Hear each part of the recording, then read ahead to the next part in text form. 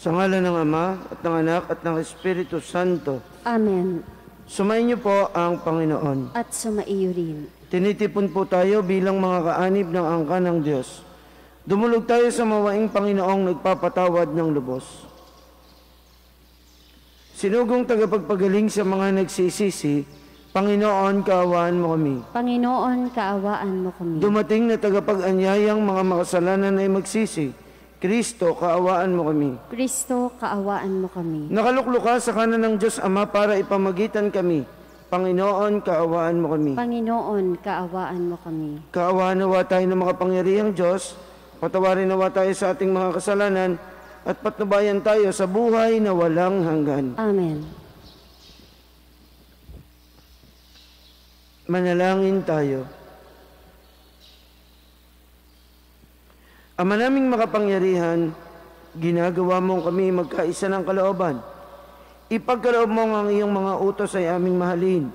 Ang iyong mga pangako ay hangarin naming tanggapin, upang sa anumang pagbabago sa paligid namin, manatiling matatag ang aming loobin sa tunay na kasiyahang matatagpuan sa iyong piling. Sa magitan ni Jesucristo kasama ng Espiritu Santo, magpasawalang hanggan. Amen.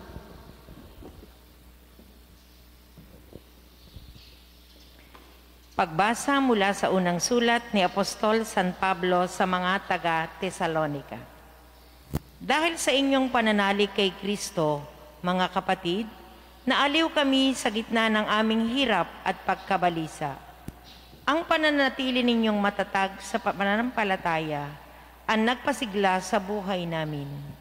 Paano kaya namin mapasasalamatan ng sapat ang Diyos sa kagalakang dulot ninyo sa amin? Mataimtim naming idadalangin araw-araw. Gabi na kayo'y muli naming makita at matulungan sa ikagaganap ng inyong pananampalataya. Loobin nawa ng ating Diyos at Ama at ng ating Panginoong Hesukristo na makapunta kami riyan. Panginoon, ang inyong pag-ibig sa isa't isa at sa lahat ng tao, tulad ng pag-ibig namin sa inyo. Kung ito ang mangyayari, palalakasin niya ang inyong loob. Sa gayon, kayo'y mananatiling banal at walang kapintasan sa harapan ng ating Diyos at Ama hanggang sa muling pagdating ng ating Panginoong Hesus kasama ang mga hinirang niya. Ang salita ng Diyos. Salamat sa Diyos. Salmong tugunan. Pag-ibig mo'y ipadama, aawit kaming masaya. Pag-ibig mo'y ipadama, aawit kaming masaya. Yaong taong nilikha mo'y bumabalik sa alabok, sa lupa ay nagbabalik kapag iyong iniutos. Ang 1,000 mga taon ay parabang isang araw. Sa mata mo, Panginoon, isang kisap mata lamang, isang saglit sa magdamag, na ito ay dumaraan. Pag-ibig mo'y ipadama, aawit kaming masaya. Yamang itong buhay namin maikli lang na panahon, itanim sa isip namin upang kami ay dumunong. Hanggang kailan magtitiis na magdusa, Panginoon, kaming iyong mga lingkod na naghihirap sa ngayon. Pag-ibig mo'y ipadama, aawit kaming masaya. Kung umagay ipadama ang pag-ibig mo't paggiliw, at sa aming buong buhay, may galak ang awit namin. Panginoon naming Diyos, kami sana'y pagpalain. Magtagumpay sana kami sa anumang aming gawain. Pag-ibig mo'y ipadama, aawit kaming masaya.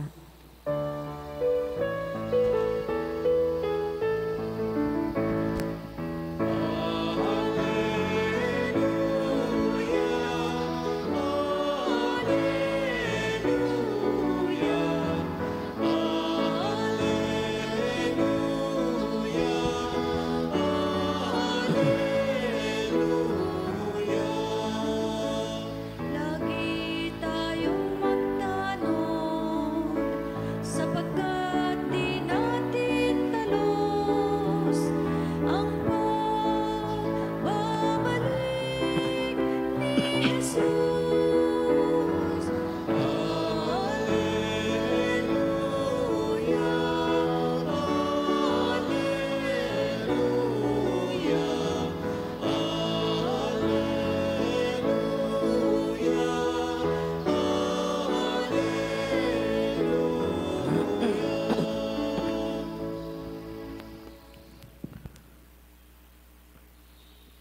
Sumayin niyo po ang Panginoon. At sumaiyo rin. Ang mabuting balita ng Panginoon ayon kay San Mateo. Papuri sa iyo, Panginoon. Noong panahong iyon, sinabi ni Jesus sa kanyang mga alagad, "Kaya magbantay kayo, sapagkat hindi ninyo alam kung anong araw paririto ang inyong Panginoon. Tandaan ninyo ito. Kung alam lamang ng puno ng sambayanan kung anong oras ng gabi darating ang magnanakaw, siya'y magbabantay at hindi niya pababayaang pasukin ang kanyang bahay. Kaya maging handa kayong lagi, sapagkat darating ang Anak ng Tao sa oras na di ninyo inaasahan. Ang tapat at matalinong alipin ang siyang pinamamahala ng kanyang Panginoon sa ibang mga alipin, upang bigyan sila ng kanilang pagkain sa karampatang panahon. Mapalad ang aliping iyon kapag dinatnan siyang gumagawa ng gayon sa pagbabalik ng kanyang Panginoon. Sinasabi ko sa inyo, pamamahalain siya ng kanyang Panginoon sa lahat ng kanyang ari-arian. Ngunit, kung masama ang aliping iyon, sasabihin niya sa sarili, matatagalan pa bago magbalik ang aking Panginoon. At sisimulang bugbugin ng kanyang mga kapwa alipin at makikipagkainan at makikipag-inuman sa mga lasenggo. Babalik ang Panginoon ang aliping iyon sa araw na hindi niya inaasahan at sa oras na hindi niya alam. Buong higpit na parurusahan siya ng Panginoon at isasama sa mga mapagpaimbabaw. Do'y tatangi siya at magngangalit ang kanyang ngipin.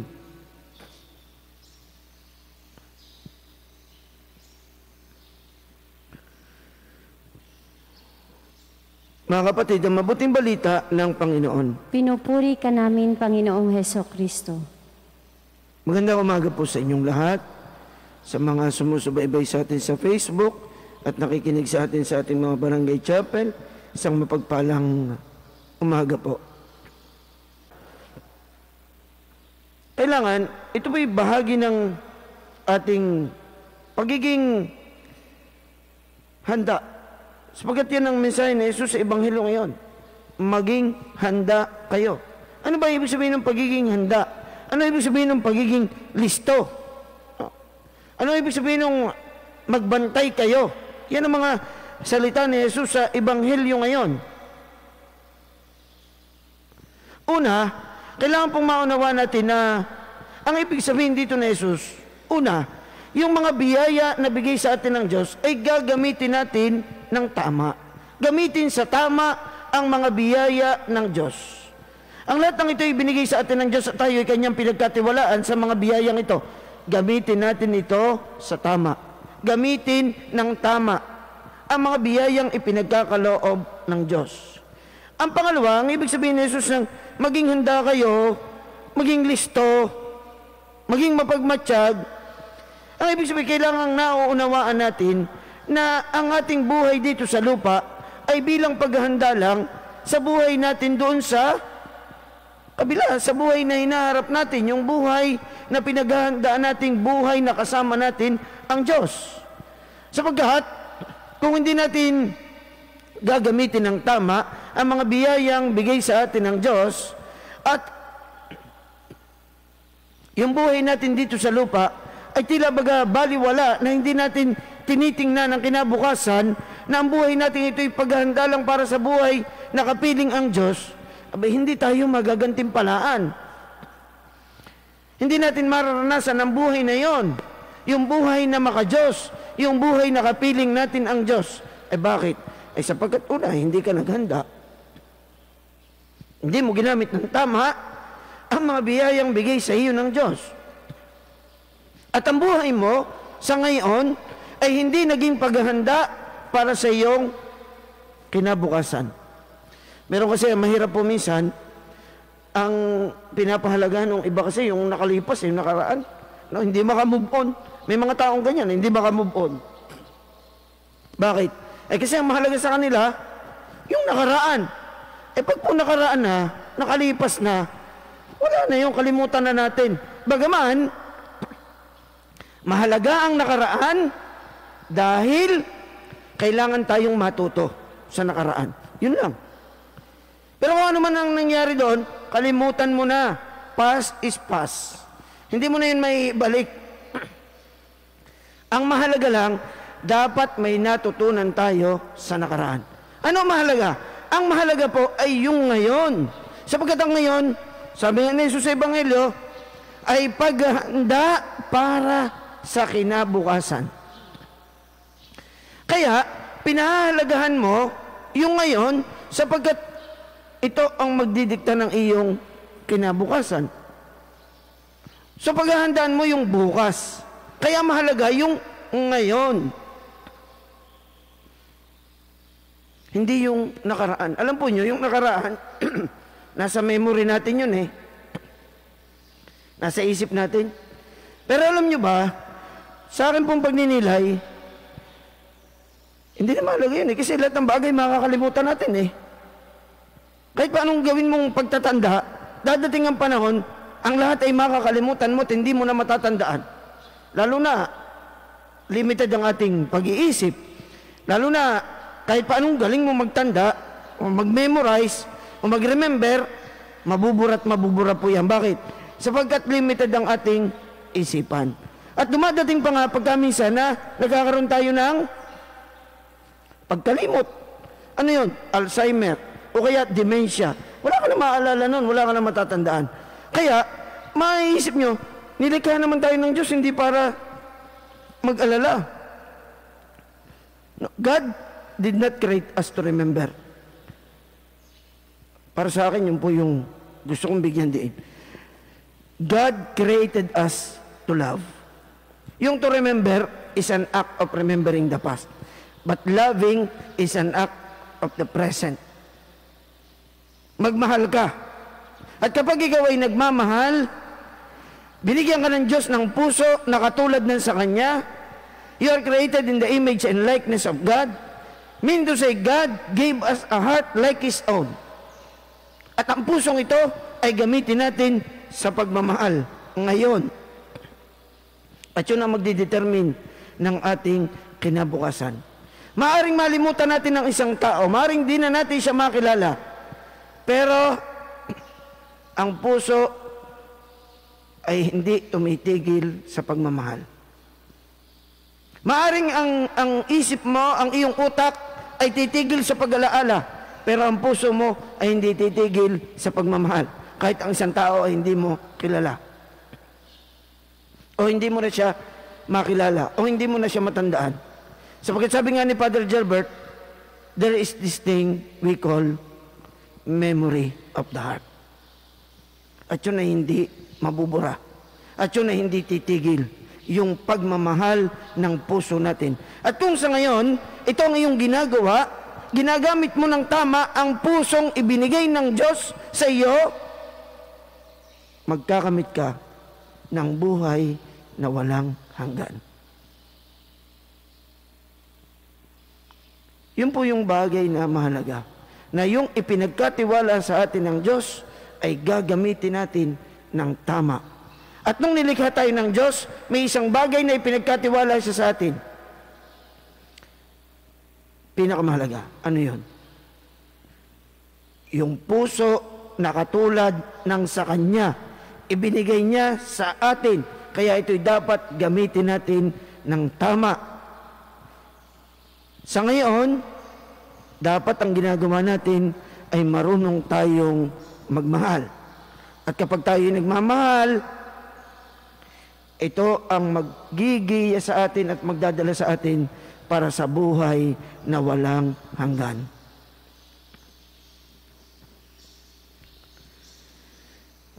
Sa Ebanghelyo, inatasan tayo ni Jesus na magbantay sa araw na Kanyang muling pagbabalik. Lumapit tayo sa Ama habang nananalangin, nagbabantay at naghihintay sa Kanyang mahal na anak. Ama ni Jesus, hinihintay namin ang iyong pag-ibig. Ama ni Jesus, hinihintay namin ang iyong pag-ibig.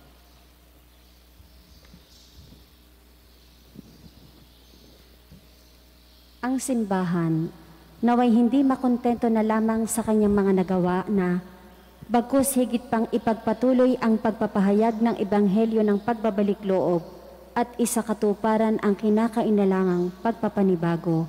Manalangin tayo sa Panginoon. Ama ni Jesus, hinihintay namin ang iyong pag-ibig. Ang ating mga komunidad, naway maging mga karapat-dapat na lugar para sa pagtatayo ng kaharian ng Diyos sa pamamagitan ng ating paggalang, pagmamahal at pagkalinga sa isa't isa. Manalangin tayo sa Panginoon. Ama ni Jesus, hinihintay namin ang iyong pag-ibig. Tayo naway maging laging handa sa pagdating ng kaharian ng Diyos sa pamamagitan ng ating pananatiling gising at hindi natatakot. Manalangin tayo sa Panginoon. Ama ni Jesus, hinihintay namin ang iyong pag-ibig. Ang mga may sakit at mga naghihingalo, naway matagpuan ang kalooban ng Diyos sa kanilang mga pagsubok at pagdurusa. Manalangin tayo sa Panginoon. Ama ni Jesus, hinihintay namin ang iyong pag-ibig. Ang mga tapat na yumao, naway matagpo ang handa sa pakikipagkita sa Panginoon na kanilang matagal nang hangaring makita ng hayagan. Manalangin tayo sa Panginoon. Ama ni Jesus, hinihintay namin ang iyong pag-ibig. Makalangit na Ama, pakinggan mo ang aming mga panalangin, kalakip ng katapatan ng aming mga puso. Tulungan mo kaming lumago na labanan habang naghihintay kami ng may maligayang pag-asa sa pagdating ng iyong paghahari. Hiniling namin ito sa magitan ni Jesucristo na aming Panginoon. Amen.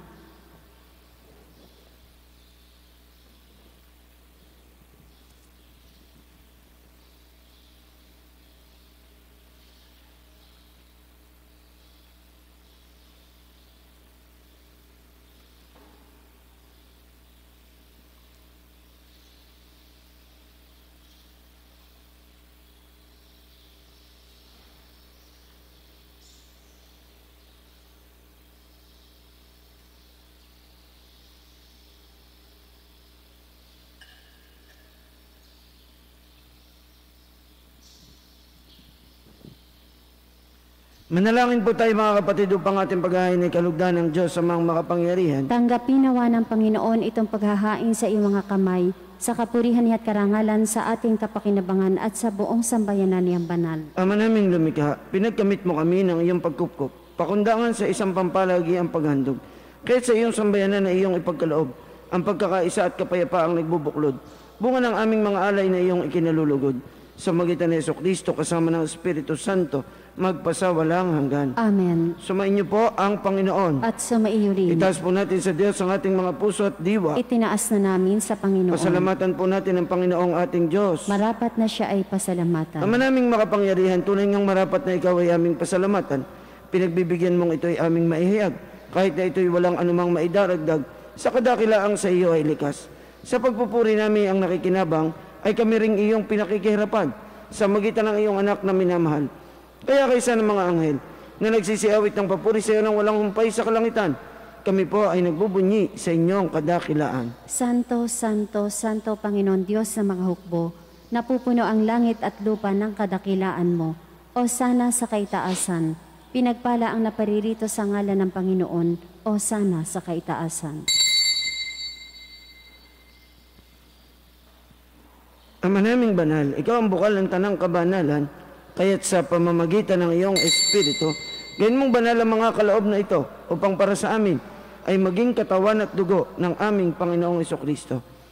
Bago niya pinagtiis ang kusang loob na maging handog, hinawakan niya ang tinapay, pinasalamatan kanya, pinagati-hati niya yon, inabot sa kanyang mga alagad at sinabi, "Tanggapin ninyong lahat ito at kanin.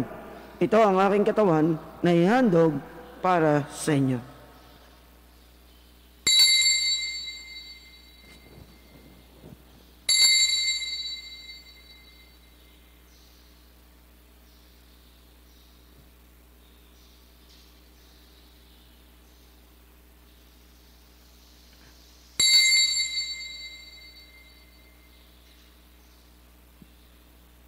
Gayon din naman ang matapos ang hapunan, hinawakan niya ang kalis.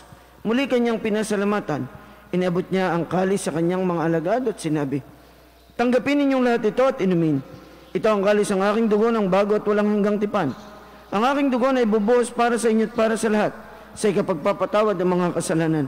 Gawin ninyo ito sa pag-alaala sa akin.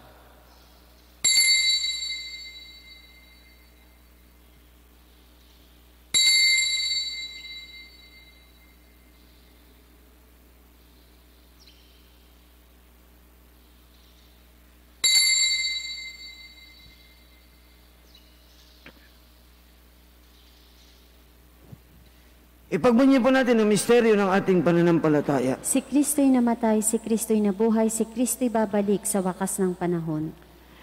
Ama, ginagawa po namin ngayon ng pag-alaala sa pagkamatay at muling pagkabuhay ng iyong anak. Kaya tiniaalay po namin sa inyo ang tinapay na nagbibigay buhay at ang kalis na nagkakaloob ng kaligtasan. Kami po ay nagpapasalamat dahil kami inyong minarapat na tumayo sa harap mo para maglingkod sa inyo. Isinasama po namin kaming magsasalo-salo sa katawan at tugo ni Kristo ay mabuklod sa pagkakaisa sa pamamagitan ng Espiritu Santo. Ama, lingapin po ninyo ang inyong simbahan laganap sa buong daigdig. Puspusin po ninyo kami sa pag-ibig kay San Francisco na aming Santo Papa, ni Gilbert na aming obispo, ng lahat naming mga obispo at ng tanang kaparian. Alalahanin po ninyo si Ivy na tinawag ninyo mula sa daigdig na ito nung pong siya'y binyagan. Siya'y nakaisa ni Kristo sa pagkamatay. Ngayong siya'y pumanaw na, naway makaisa siya ni Kristo sa pagkabuhay. Alalahanin din po ninyo, mga kapatid naming nahimlay, na may pag-asang sila'y muling mabubuhay. Gayun din ang lahat ng mga pumanaw na. Kaawaan po ninyo sila at patuloyin sa inyong kaliwanagan. Kaawaan po ninyo at pangindapating kaming lahat na makasalo sa inyong buhay na walang wakas. Kaysa na mahal na Bereng Maria na ina ng Diyos at ni San Jose na kanyang kalinis-linisang esposo. Kaysa ng mga apostol at mga martir, kaysa ni na San Jose Marelo, San Lorenzo Ruiz, San Pedro Colonsod at ng lahat ng mga banal na namuhay dito sa daigdig ng kalugod-lugod sa inyo. May pagdiwang naman namin ang pagpupuri sa ikararangal mo sa magitan ng iyong anak na aming Panginoong Hesukristo. Sa pamamagitan ni Kristo, kasama niya at sa Kanya, ang lahat ng parangal at papuri sa inyo, Diyos amang makapangyarihan, kasama ng Espiritu Santo, magpasawalang hanggan.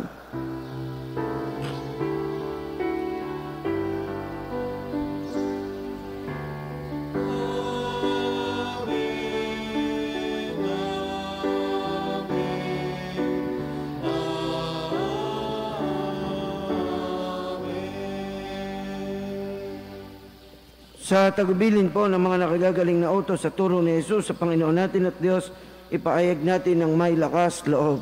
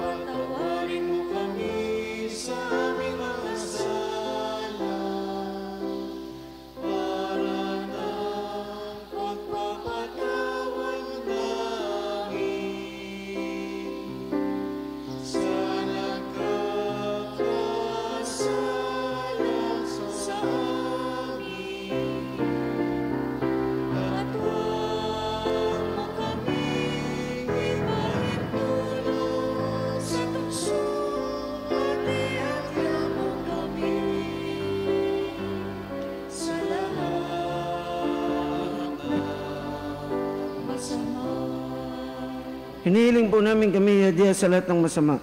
Pagkalooban ng kapayapaan araw-araw, iligtas sa kasalanan at ilayo sa lahat ng kapahamakan. Samantalang aming pinananabikan ang dakilang araw ng pagpapahayag ng tagapagligtas naming si Jesucristo. Sapagkat iyo ang kaharian, ang kapangyarihan at ang kapurihan magpakailanman. Amen. Panginoong Jesucristo, sinabi po ninyo sa inyong mga apostol, kapayapaan ang iniiwan ko sa inyo, ang aking kapayapaan ang ibinibigay ko sa inyo. Tungayan po ninyo ang aming pananampalataya at huwag ang aming mga pagkakasala. Pagkalooban po ninyo kami ng kapayapaan at pagkakaisa ayon sa inyong kalooban kasama ng Espiritu Santo magpasawalang hanggan. Amen. Ang kapayapaan ng Panginoon nawa ay lagi pong sumainyo. At sumaiyo rin. Maghangad at magbigayan tayo ng kapayapaan ni Kristo sa bawat isa. Kordero ng Diyos na nag-aalis ng mga kasalanan ng sanlibutan, maawa ka sa amin. Kordero ng Diyos na nag-aalis ng mga kasalanan ng sanlibutan, maawa ka sa amin. Kordero ng Diyos na nag-aalis ng mga kasalanan ng sanlibutan, ipagkaloob mo sa amin ang kapayapaan.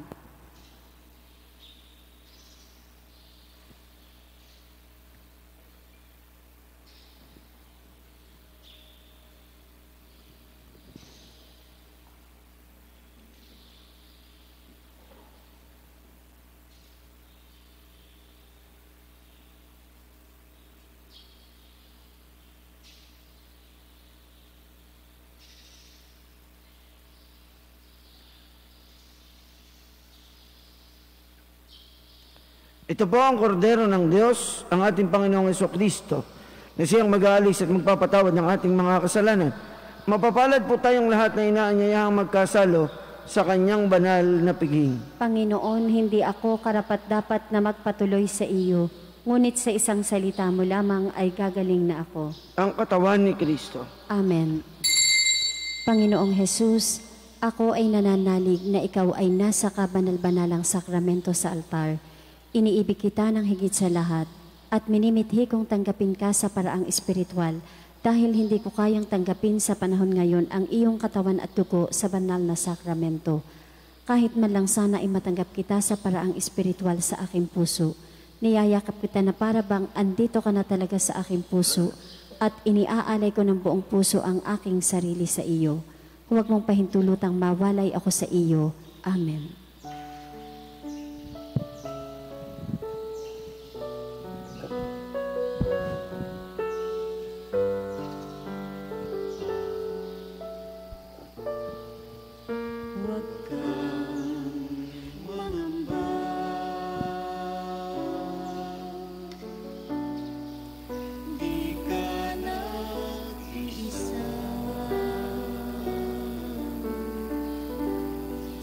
Sa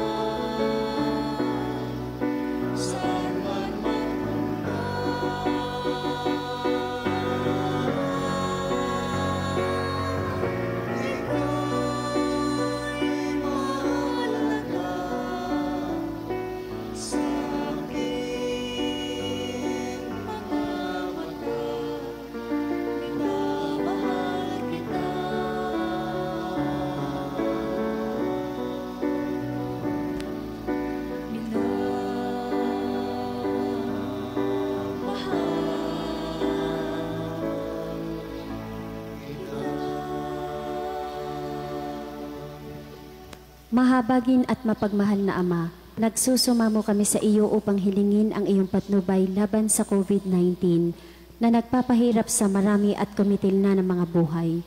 Tunghayan mo kami ng may pagmamahal at ipag-adya kami ng iyong mapaghilom na kamay mula sa takot sa kamatayan at karamdaman. Itaguyod mo kami sa pag-asa at patatagin sa pananampalataya. Gabayan mo ang mga dalubhasang na atasan na tumuklas na mga lunas at paraan upang ihinto ang paglaganap nito.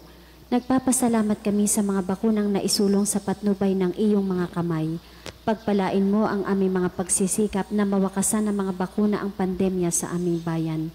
Patnubayan mo ang mga lumilingap sa may sakit upang ang kanilang pagkalinga ay malaki pa ng husay at malasakit. Pagkalooban mo sila ng kalusugan sa isip at katawan, katatagan sa kanilang paninindigang maglingkod at ipagsanggalang sa karamdaman. Itinataas namin ang mga nagdurusa, makamtanawan nila ang mabuting kalusugan. Lingapin mo rin ang mga kumakalinga sa kanila. Pagkamitin mo ng kapayapaang walang hanggan ang mga pumanaw na. Pagkalooban mo kami ng biyaya na magtulong-tulong tungo sa ikabubuti ng lahat. Pukawin sa amin ang pagmamalasakit sa mga nangangailangan. Sa pagdamay at malasakit namin sa bawat isa, malampasan nawa namin ang krisis na ito at lumago sa kabanalan at pagbabalik loob sa iyo. Hinihiling namin ito sa pamamagitan ni Hesukristo na nabubuhay at naghaharing kasama mo at ng Espiritu Santo, Diyos magpasawalang hanggan. Amen. Dumudulog kami sa iyong patnubay, mahal na Ina ng Diyos.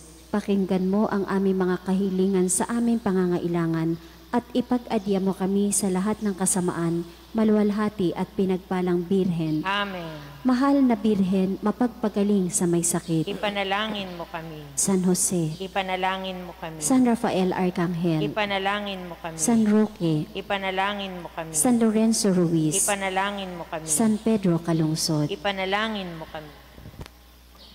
Manalangin tayo.